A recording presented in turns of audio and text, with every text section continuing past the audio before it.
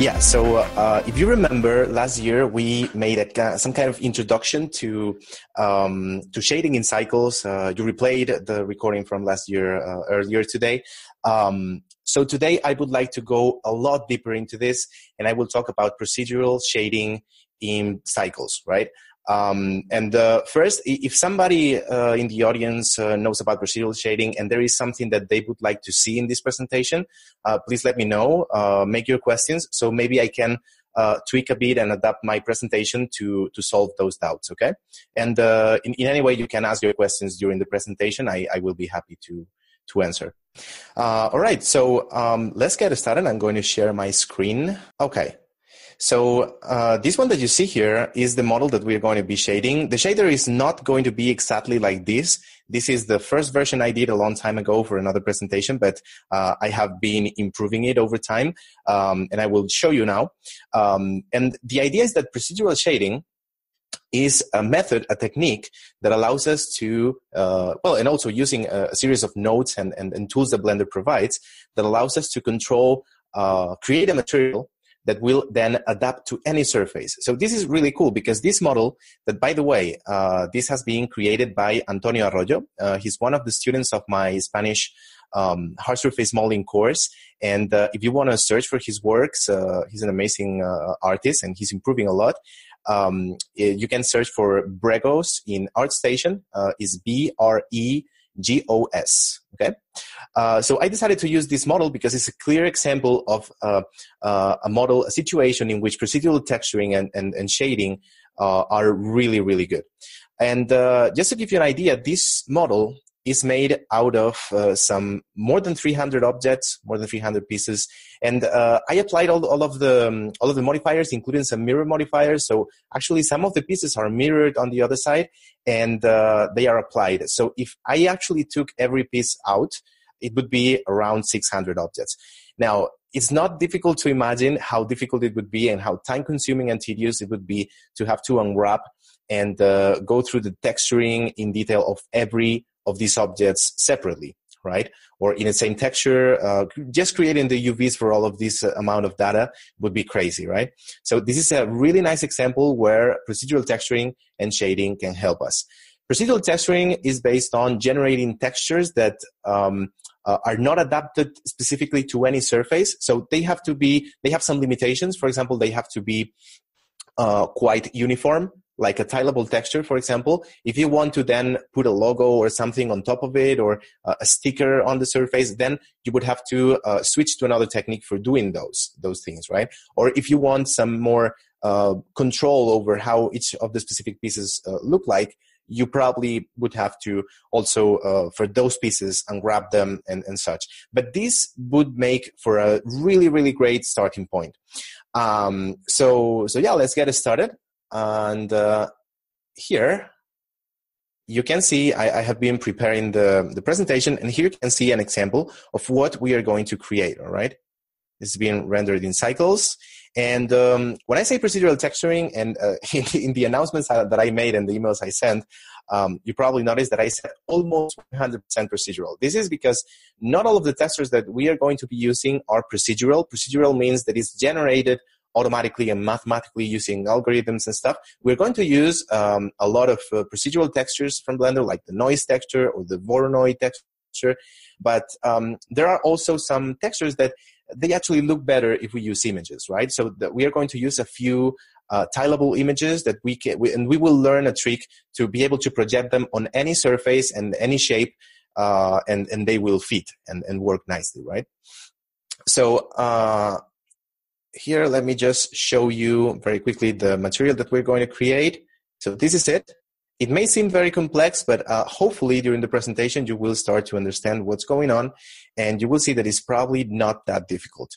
Of course, you will need some practice. You will need to understand the techniques that I'm using and how I'm connecting nodes and such. But hopefully this presentation will give you the basics and give you a lot of knowledge that then you can apply to your own models, okay? All right, so I'm going to get started. Let's go to this one. This one should be the model alone. Okay, so as you can see, this is the model. has a lot of pieces. You can see how I told you before, the mirror is applied. And you can see here at the top that we are working with 306 objects, okay? And one of the things that I want to do, and I actually don't remember if I did it already, but if we go here to the, to the scene. Okay, yes, we have simplify enabled. Okay, so really, if I disable simplify, you will see that there is a lot more detail. There are subdivision surfaces, but for now, for working faster and for the render preview to work faster and update a lot faster, we're going to enable simplify. All right, at least for a moment. Then for some things, we are going to have to enable it. All right, but for now, I'm going to leave it like that. And I'm going to select this. All right. There we go. I think there is something else here that I need to select. There we go. Okay. So I'm going to select this and I'm going to press / in the numpad. And with this, what I'm going to do is to focus for now on the head. The thing is that here we are going to create a material that will be able to adapt to any surface, but we don't need to work on the whole model at once. Okay, we can just pick one of the pieces, or as in this case, a few pieces that will serve as an example, and we can test our material here. And once we're ready, we can apply it to the rest of the model. Because if we start working with the whole model, the workflow will be a lot slower. Okay, we will have to wait for the update and all this, and it's not really cool. So let's go here to the node editor. And here I'm going to divide this. All right, let's put this here. And here at the top, we are going to switch to rendered mode. You can see that I have no lights. I have nothing here in this scene. And what I'm going to do first is to load an HDRI texture for the background that lights our scene and provides some cool reflections. This is something important, that if we are going to work with reflective materials, it is important that we have something to reflect, because otherwise reflecting a plain, just a gray background is not going to give us a clear idea of how the reflections work. So I'm going to go here to the world nodes. I'm going to enable nodes. And I'm going to load here one of the textures that I have prepared. Let me just check this. Okay, here we are. And this is the cloud layers.hdr. And this is a plug for Blender Cloud. This is an HDR from the library of Blender Cloud that I really recommend you to subscribe. Not only they have great content, tutorials and making offs and material like HDRIs, a great library, but you will also be, giving some money to the Blender Foundation to keep working on Blender and making it better.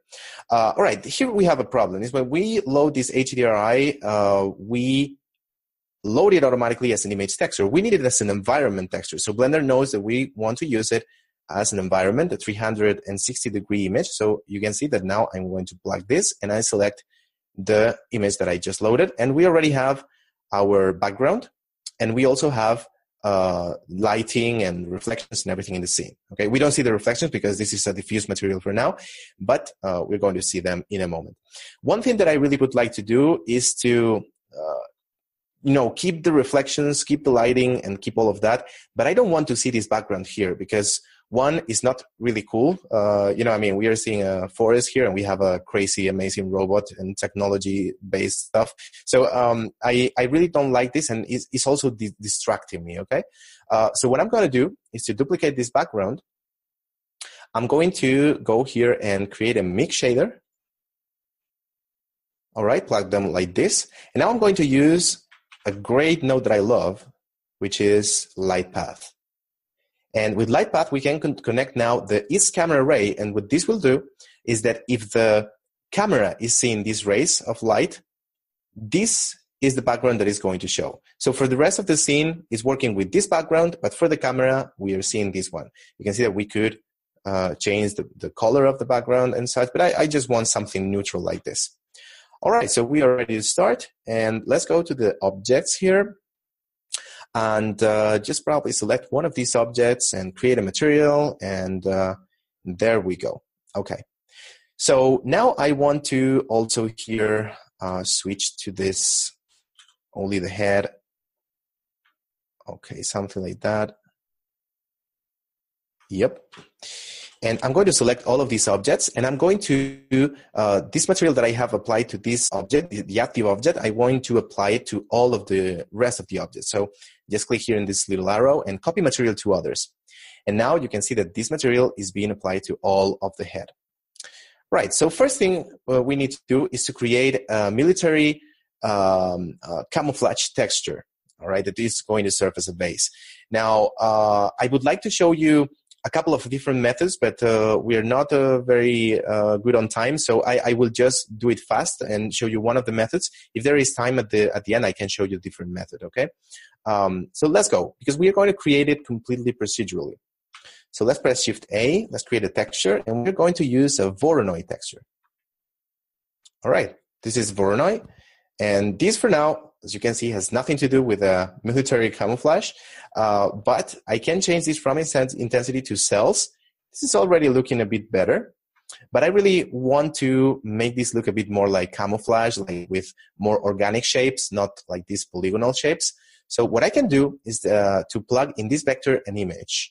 And we're going to use another procedural image, because the reality is that here, this usually we connect a texture coordinate, and we define how this is projected. But these are vectors. These are 3 values, okay? X, Y, and Z. But the thing is that we can as well use RGB, okay? Colors in an image to change these projections. So check this out. If we, for example, create a noise and connect the color, okay, this is what we have. Check what happens with the Voronoi texture when we connect the color to the vector. Okay, something weird is happening here. And we can control now this projection with the scale. You can see that it already looks a lot more like military camouflage. I mean, despite of these colors, we're going to fix them. And we also can add detail. And the detail, you can see that it will give that organic shape to these patches.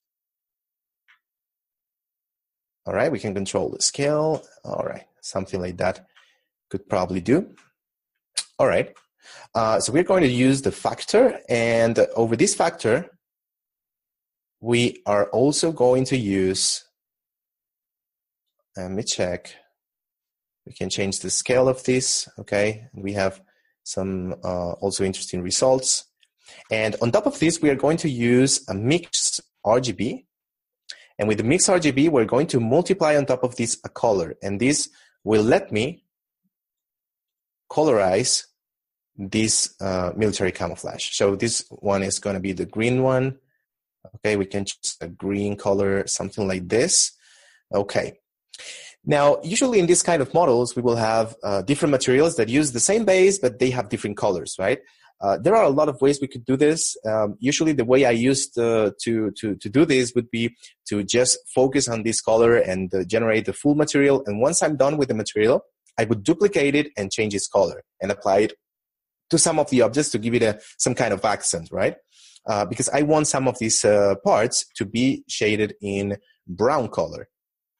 All right, this is quite cool, but I'm going to show you now a different example, a different way of doing it that I find actually really useful, and it's not as destructive as duplicating the material, because if we duplicate the material and then want to tweak something on it, we would have to do it in both materials, okay? So this way, everything is kept in a single material. So what I'm going to do is to have this here, have this other one here, all right?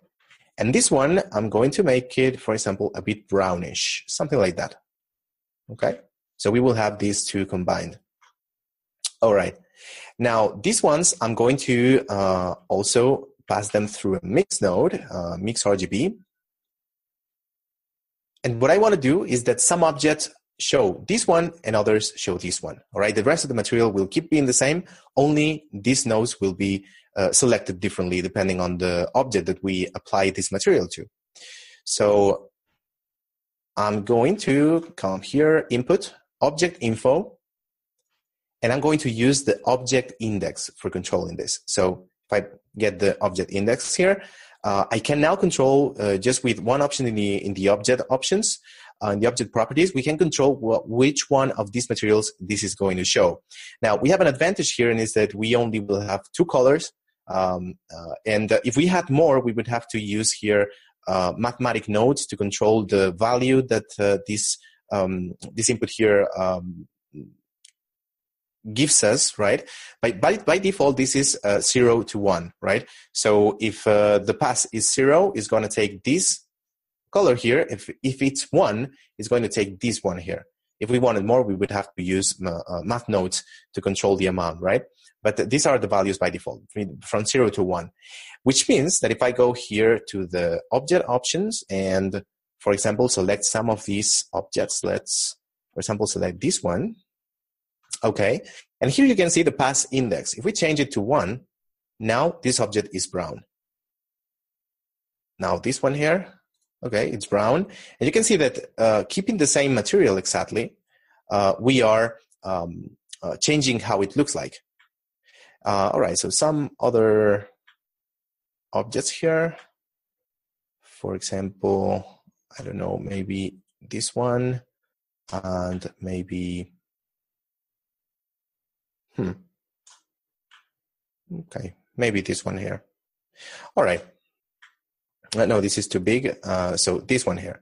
Okay, so I have now selected several objects, and I can change the pass index of several of them at once by alt-clicking on this value.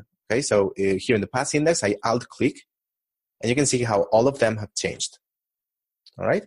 Then we will have to do the same thing with the rest of the model, but for now, we are good to go. So we are like this, and this we have in a diffuse color. There we go. I'm going to actually go here to the world and increase a bit this strength, so we have something seen a little bit brighter. There we go. All right, so let's continue. On top of this diffuse, I would like to add some reflections. So I'm going to add a shader glossy. All right. And I'm going to mix this with a mix shader. There we go. Then we add the reflections, and the reflection should be very, very low. But actually, instead of just putting here a value, I'm going to use a Fresnel node to control this. So I'm going to get a Fresnel and plug it here, and then the angle of from which we are looking at this object is going to change how this looks like, okay? And depending on the material that we're using, you can search online. There are a bunch of resources of values for index or refractions of different materials. And if you input here the actual value, it will work great. Okay, so here we can, for example, try different values, maybe something like this. Okay, so it's not too much reflective. And now we want to control the roughness. Okay, we can have really sharp reflections like now. You can see how there are sharp reflections, or we can have really, really subtle reflections, right, if they are a bit rougher. So I would like to control this with texture, all right, because texture for this work much better than procedural texture. Procedural textures are usually too uniform for this effect. So I'm going to go here, and I have this map. You can see it here. It's very simple, just a photo of some kind of concrete or something like that. And I'm going to plug it here, and I'm going to preview it. Keep in mind, I'm using the add-on Node Wrangler. So if you go here to the add-ons, you can search for Node Wrangler and enable it. It comes bundled with Blender, so you just need to enable it. And it allows you to do things like pressing Control-Shift-Click to preview what a node is doing, okay? Which is really, really useful for shading nodes. All right, so now we have this texture, but it's not visible. This is because an image texture usually, not usually, always, it is by default projected on the UVs of the object, but we don't have UVs in this object. So what I want to do is to project this on a generated texture coordinate. So I'm going here to Input, Texture Coordinate, and connect the generated. And now we see the projection there. This looks a bit better, but we see that it's projecting like from one side, and then if you look at other sides, look at what's happening. Okay, it's kind of distorting a lot. So the way I change this and make it work for any surface is by coming here to the image And instead of flat, select box.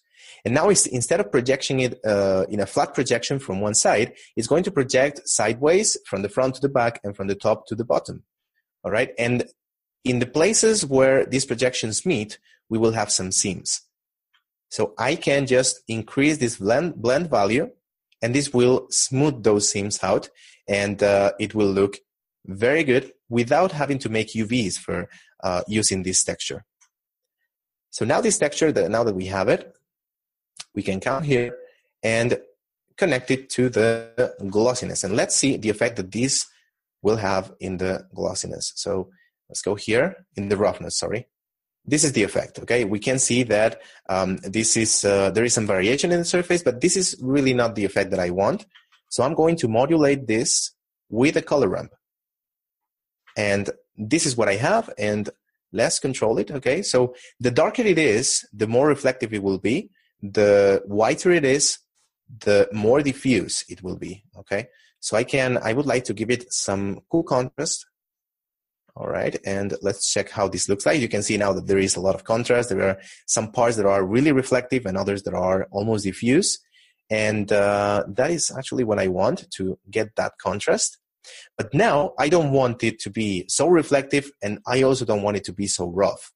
So I'm going to change these two colors. So if instead of black, I make it brighter, the reflective parts will be less reflective. And if the white parts, I make them darker, they won't be that rough. And this will give me nice reflections with just some variation on them, which is exactly what I'm looking for. You can see how they look like here.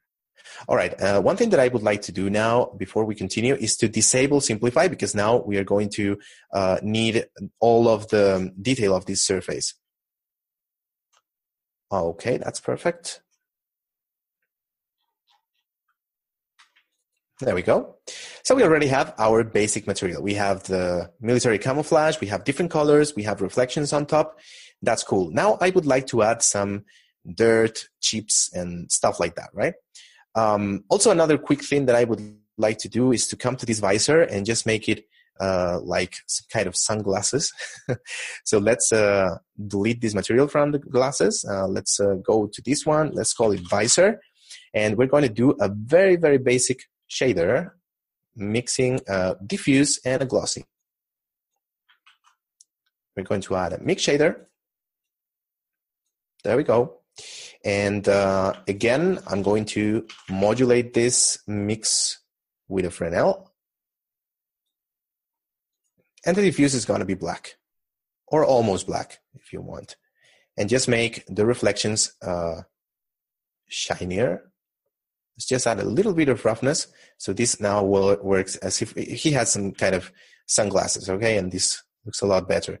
We could, of course, change this, and give it like a bluish color. So this is your decision to make. I'm going to leave it like that.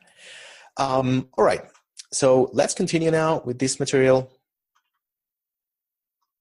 I'm going to save just in case something breaks. Wow.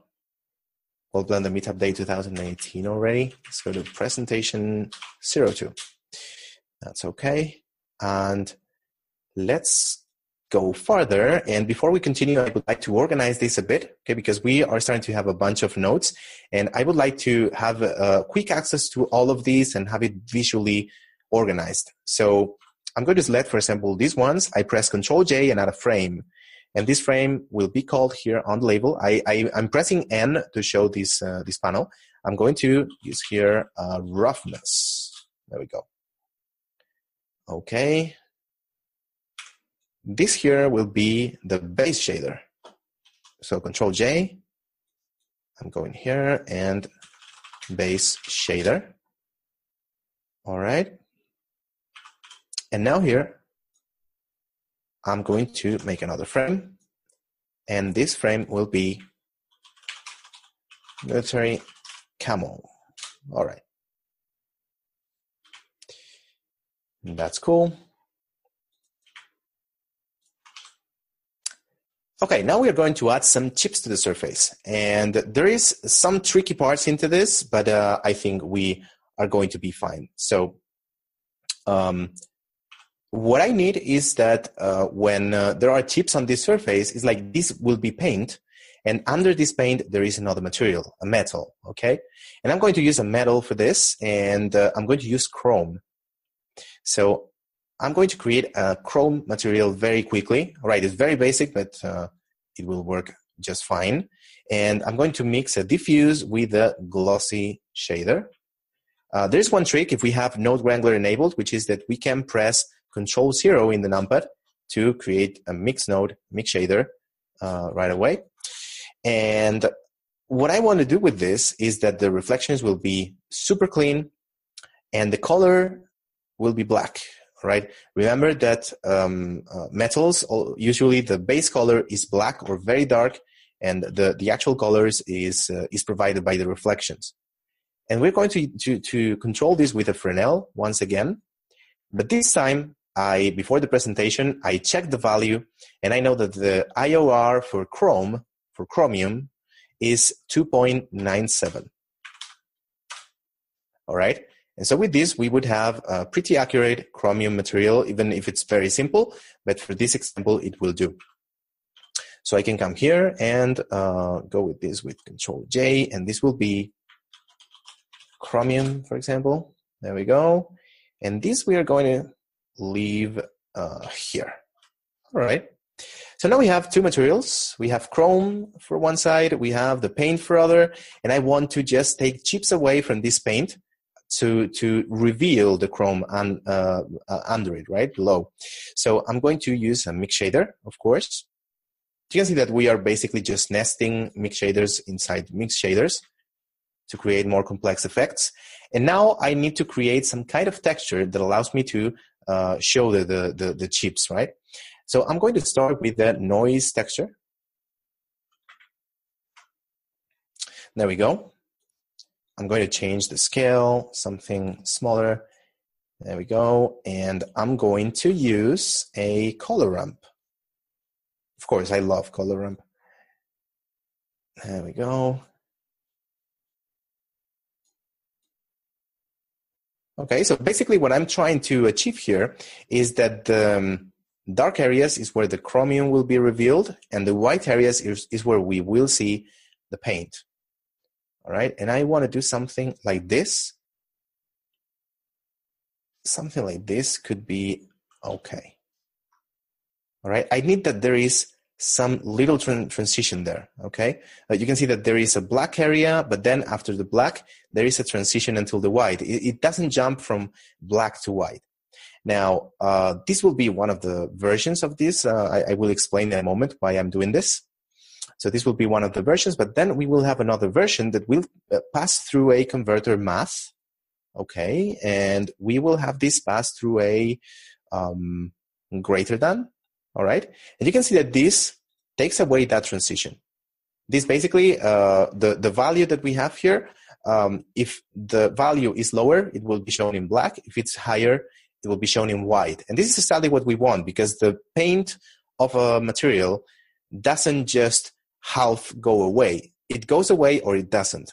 All right. So this is a very common issue and problem that I see that people make, and is that for things like this, there is a transition between the painted part and the rust and things like that. And there is rust or there isn't. Right. But there is no half way through. So we need this, but we also need this. For what do we need this with the transition? Well, we need it for making a bump, all right? So there is some kind of bumping effect, a relief effect when we have the paint, all right? Because the paint is like a layer on top of the chromium, so we need that bump effect. But for the paint itself, this will do. So we will put this on the mix shader, and now you can see that we have this effect. We have chips that these have been, the paint has gone away. And now we're going to work on the bump. And for the bump, I'm going to just very quickly just select this and connect it. For example, let's just make, I didn't want to cut that. Just press Shift, click and drag. So we have a reroute there. And I'm going to bring this back. Okay, and now I'm going to use this color ramp, and I'm going to pass it through a vector bump. I need to connect it to the height, not to the normal. And here you can see the effect that we will have. And here you can see why it is important that we have some kind of transition between black and white, because otherwise we wouldn't have this effect, okay? And of course, this is too much, but we will be able to control it with the strength. For now, what I need to do is to connect it. And I need to connect it to the paint. I don't want to connect it to the chromium because the chromium is not chipped away. What is chipped is the paint only. So I'm going to connect this to the Fresnel. It's very important that we connect it to the Fresnel. Okay. We connect it to the diffuse and we connect it to the glossy. And you can see how now we have this kind of relief effect there. We're going to preview this and there you can see the effect. Okay. So this is very basic, but there you can see it. And now I'm going to decrease the strength. I don't want it to be so high. And this way, you can see that we have that little effect that works really well. And we can, if we increase or decrease this, we can actually change how it looks like. There we go. Something like that could work. All right. All right, so this is the next step done. But now on top of these chips, I would like to add something else. And this will be, let's just drag a line through here with Shift and click. So we create a reroute and we can tweak this here in the middle and it will affect both this one and this one, okay? I'm going to put this one right here. We don't need this reroute. That's okay. And what I want to do with this is to use an effect that is called pointiness, and is really, really great because it allows us to access the shape. So what I need to do is to use the pointiness. It allows us to access the shape of the object. So if we go to Input, Geometry, you can see that one of these outputs is the pointiness. We just Shift, Control, click until we reach pointiness. Okay, there we go. And keep in mind that for this effect, you need high resolution in your model. If you have a low poly model, this won't work. You need high resolution because this is taking the information of the angle of the vertices, all right? So it's very important that you have a high resolution model. And this, of course, we're going to pass it through a color ramp. And in this color ramp, we're going to bring the black values up, white values down, and you can see how this way we can kind of isolate the parts of the model that are corners. All right. And we'll be able to use this for making those parts that reveal the chromium, right? So I'm going to make this whiter. That's okay. And before we mix it with the chips, what I'm going to do is create another texture. This, we could use any texture for this, right? In fact, I prefer to use image texture for this. But in this case, just for the sake of the demonstration, I will use another noise texture. And this noise texture will be very, very small. Really, really small. And I'm going to change the distortion a bit even. And so it gives us some variation and even smaller. And we're going to use another color ramp to modulate this effect. So we have, really black parts and really white parts. In fact, we could use here a constant. All right. So we can just switch between black and white instantaneously. There is no transition between black and white right now.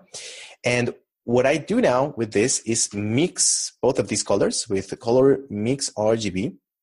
Just come here, mix both, multiply mode, and this is what will happen. Okay, we have these white areas, but the white area is not clean. There is like some kind of dirt on it. All right, I'm just running through this because we won't have enough time to show everything.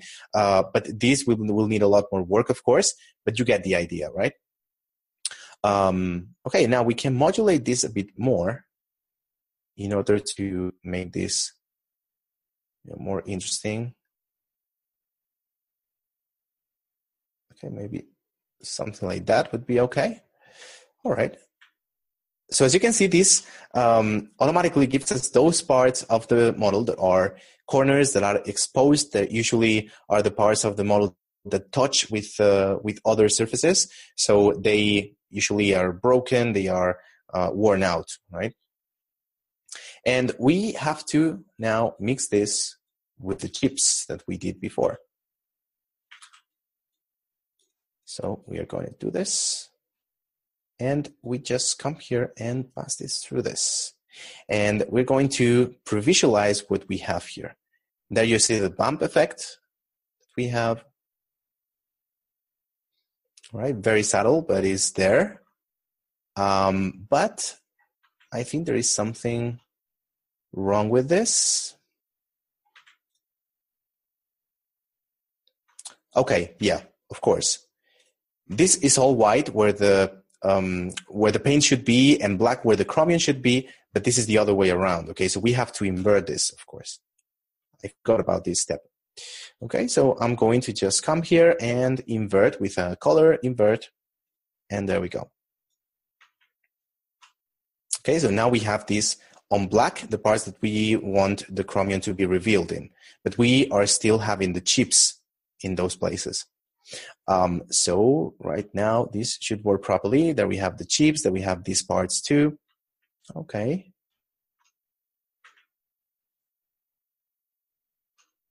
All right, so now you can see how in those corners we have some chromium being revealed. That is exactly what I wanted to achieve. Okay. How's it going? Are you liking it? Any question? I got actually one for you. So it's not, someone doesn't actually ask this question, but it made me think, like, shortcuts in Blender, and I know you teach a lot to people who are just starting out. Do you have any like tips for like knowing all the shortcuts in Blender or figuring them out? Because I know for me in the beginning, that was really hard to kind of understand. Yeah, and this is funny because precisely yesterday in a conference with students, we were talking about the same exact thing. And Blender, years ago, it used to be more difficult because if you didn't see a tutorial that explained you what the shortcut was for something, it was really difficult to know what the shortcut was. But right now, usually there are several ways you can know, like almost any tool, you have it available from here. And at the right, it shows you the shortcut of that specific tool, okay?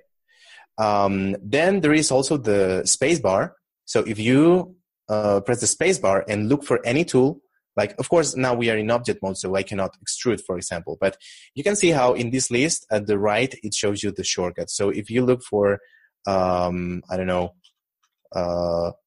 here you have it, okay? Like make local, L, clear location, Alt G, all right, local view, numpad. So you can see that you can search for any option that you want to use, and you will be shown the shortcut. The thing is, you need to know, this is the issue, you need to know the name of the option that you are that you need, right? And sometimes this is the tricky part because it's an option that you use once and you don't remember its name. But well, there is unfortunately not a workaround for that. I didn't find it at least. And the other way is from the user preferences with Control-Alt-U. If you go here to input, you can search for anything here and it will show you the shortcuts. And you can, of course, go here and search for different things and customize the shortcuts. All right. In fact, here for the 3D view, I was going to show this one because I actually, this is one that I always configure for myself, which is that I switch between rotate and move the view.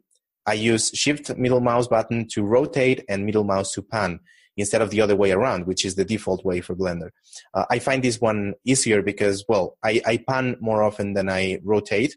So I prefer to have the easiest shortcut for the most used thing, right? And then if you want some option that you use a lot that doesn't have a shortcut or you don't like the shortcut it has, you can just come here and replace it.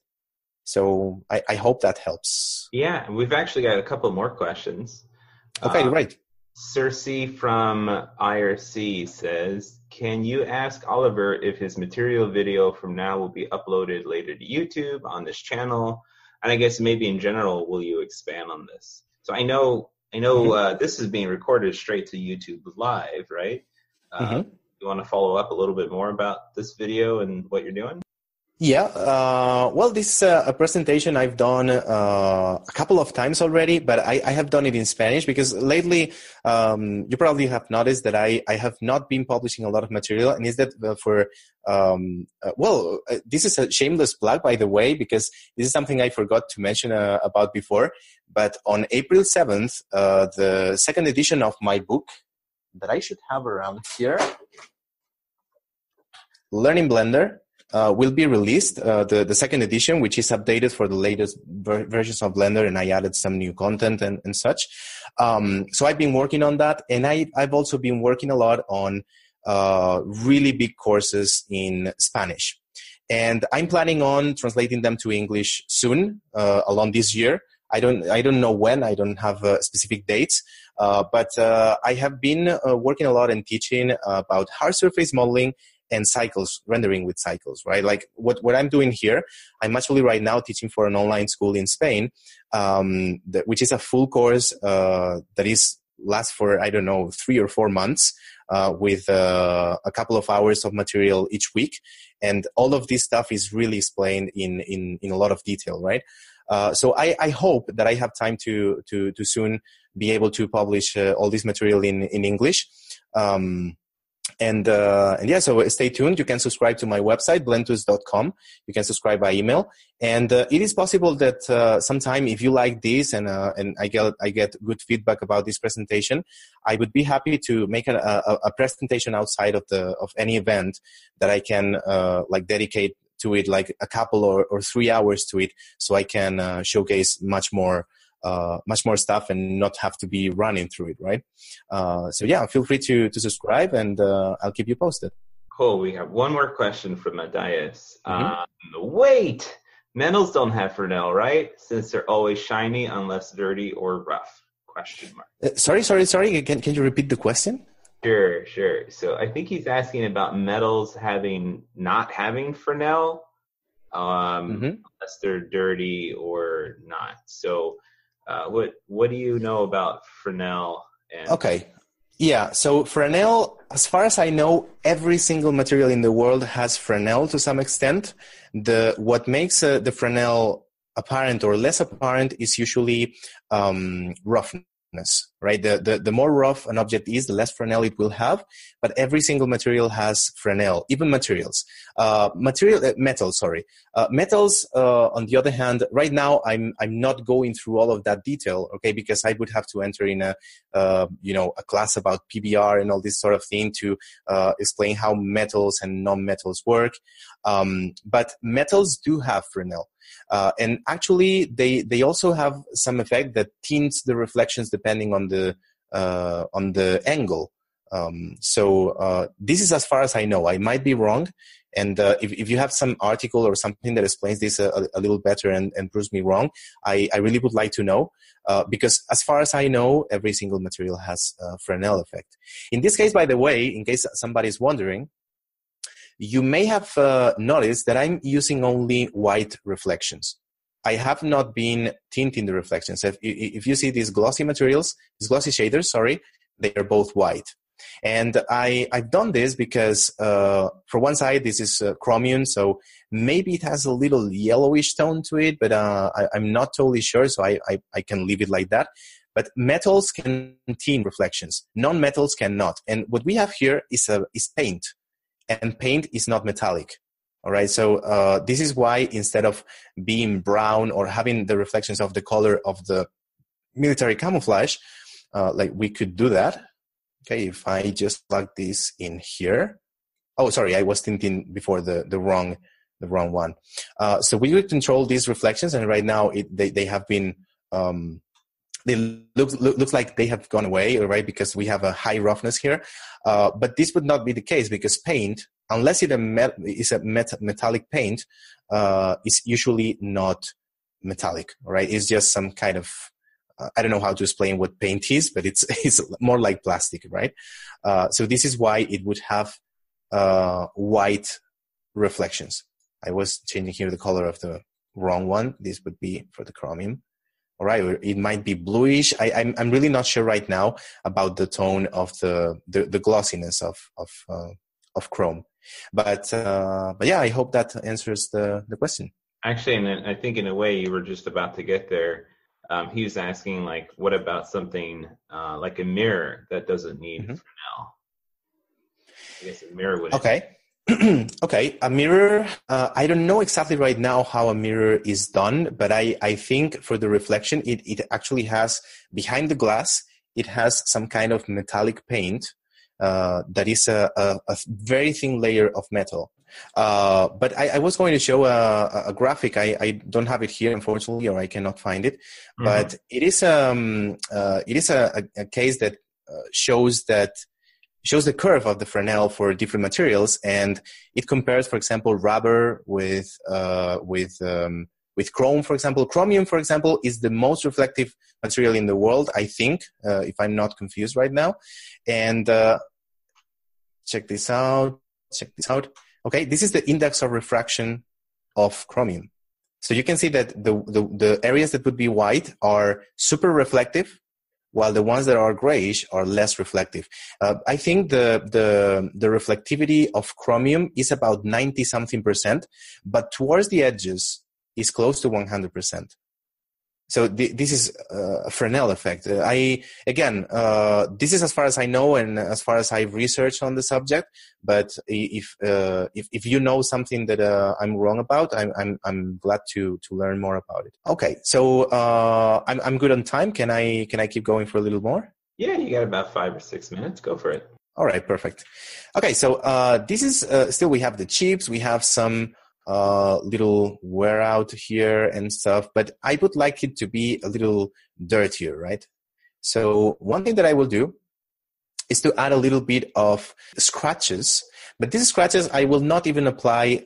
They will be very small, so I will not even apply the bump effect. I will just make the scratches and that's it. So that I will do with another mix shader here. Okay, I will reuse the chromium material for this, and I'm going to use a reroute, so this is a little bit less better organized. And actually, I'm going to just put all of this into a frame. Oh.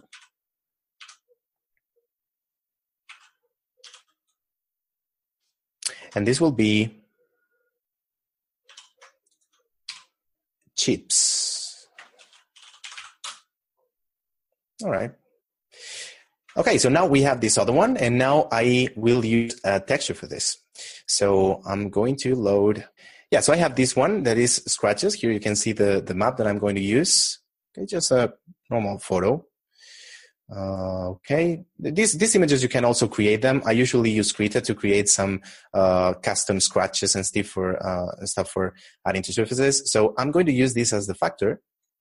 But of course, I want to tweak this one. And I'm going to just press Control-T. This is another tool from Node Wrangler. It automatically creates for us this type of setup, all right, with the texture coordinates, a mapping node, and such. So I will use the generated, the same as we did before.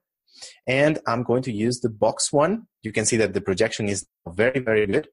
And I'm going to add a little bit of blending. You can see how here these seams disappear. This doesn't always work, because if we have something that is it has a lot of contrast to it, it will have a blend and smooth out, and it won't look good. So you have to be aware of that, but usually it works pretty good. And here in the mapping node now, we can actually change the size of these textures. So we can use something a bit like this. All right, and I'm going to do this, and then I will just show you something little that will solve a lot of the problems that we are having now. I will explain in a moment, and then we will leave it for today. So all this now, I'm going to just connect it through a color ramp, so I can modulate it and extract only the whitest parts, the brightest parts, so we can use them as little scratches, okay? In fact, I can use, again, a constant interpolation, and something like that could do. All right. Now you can see that we added this layer of very small scratches, okay? All right, so I will leave it here. I will just give you a little trick I was going to add also some kind of dirt on top of this. I have a texture with dirt, all right, that I would project around, and just using the pointiness again, select some parts to just apply dirt to those parts. We can also do masks and make only the faces of this object that are looking up accumulate dirt, but the others not. So we can create masks depending on the orientation of the normals of a model. This is really, really nice. And now, once we have this, basically, we would, let me just go back to solid. Okay, so it doesn't kill my computer right now. And here I could go to the general view again. I could select every single material and just select this one as an active one and press Control L and link the material. So now all of the objects of the scene would have this material. All right, and very easily we could come and the pieces that we want in brown color, just select them, and in the pass index, just move them to 1. All right, and once this is done, I would like to show you one last thing. So let's enable simplify, because now we will have here a lot of different models, and this will be slow. So let's do it like this. You can see that if we disable the subdivision modifiers, suddenly everything goes to it's torn apart, because we don't have enough geometry to use the pointiness anymore. Okay, so the pointiness depends on the density of this surface. But one thing that I would like to do is that I want you to pay attention to, for example, this thing. Okay, you can see how in many objects this is like skewed, right? It's stretched. Why is this happening? Well, this is happening because we are using a procedural method, we are using generated coordinates. This means that there is, let me just be able to paint on top of the screen. Right now in this object, there is a boundary box that will enclose the whole object. Remember that this object is mirrored, so the whole object would take this. And so basically this will define the texture space, and the textures that we project in generated mode will adapt to this bounding box. This bounding box, of course, is stretched, so the texture will also stretch. Fortunately enough, Blender provides us tools for tweaking this. So we can go here to the mesh options and just pay attention to that object, okay, this object here. And you can see that if we go here to texture space, by default it's using the auto texture space, which is basically that it adapts to the bounding box. And if we go here to the object options, under display, we can show the texture space, and there you can see it, okay? This is the box that Blender is using right now for projecting this texture. So if we go to, right now it's a mirrored object, okay? But if it was just a long object, we would have the same problem. So we go here and disable the auto texture space. And you can see that here in X, this is 1.2, but in the others is 0 point something. So this is rectangular. If we just move this, okay, make this smaller, you can see that the projection changes. And usually what I like to do is just select all of this and just put them on some average value that is not distorted. So all of the 3 axes will have the same kind of distortion. So you can see that now it looks a lot better. And we could do the same, for example, with this object. Okay, auto texture space, come here, 0.2, right? And you can see how the projection looks a lot better. All right, we could do this in any object. I'm trying to look for some object that is actually not looking, that looks very stretched. But there is also another good thing, and is that we can not only take away that stretching, but we can actually control that projection. This is very useful when we're trying to project something that uses procedural methods.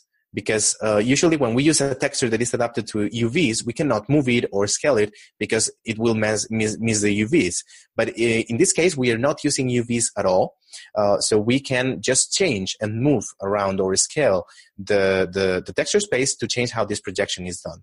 And if we press Shift T, check this out. We are now seeing the texture space and we can move it.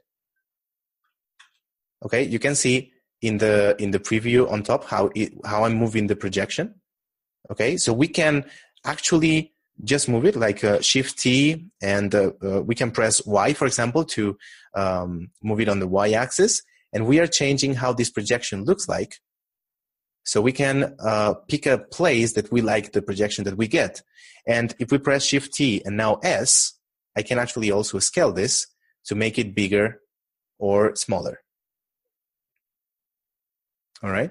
So this is very useful because sometimes we have a very big object and next to it a very small object, and we will see that the texture has different sizes. But if we want them to look the same material, they should be uniform. So we can just change the texture space and adapt the size of that projection. All right, and I think I will leave it here. If there is any last question, or David, just send me home and give access to the next one. I send you home, but this is amazing, man. You've done really good work, and like I said, there's a lot of discussion in the chat right now, and I think you should join in there. But I will. I do have to keep us moving on. We've got a few people coming right up after you, and just to keep it going. But Oliver, this was amazing. Every year, every time. Well done. Thank you. Thank you very much. Absolutely. All right, it's a pleasure to be here. Thank you for organizing it, and I hope to see you next year. And thank you for everybody to attend. Why don't you spell out your website? Because remember, people might see this in the future. So what's the website again? Yeah, okay. It's BLENDTUTS, blendtuts.com. All right, so I'm signing off. Thank you, everybody, and see you now in the chat. Awesome. Thanks, dude.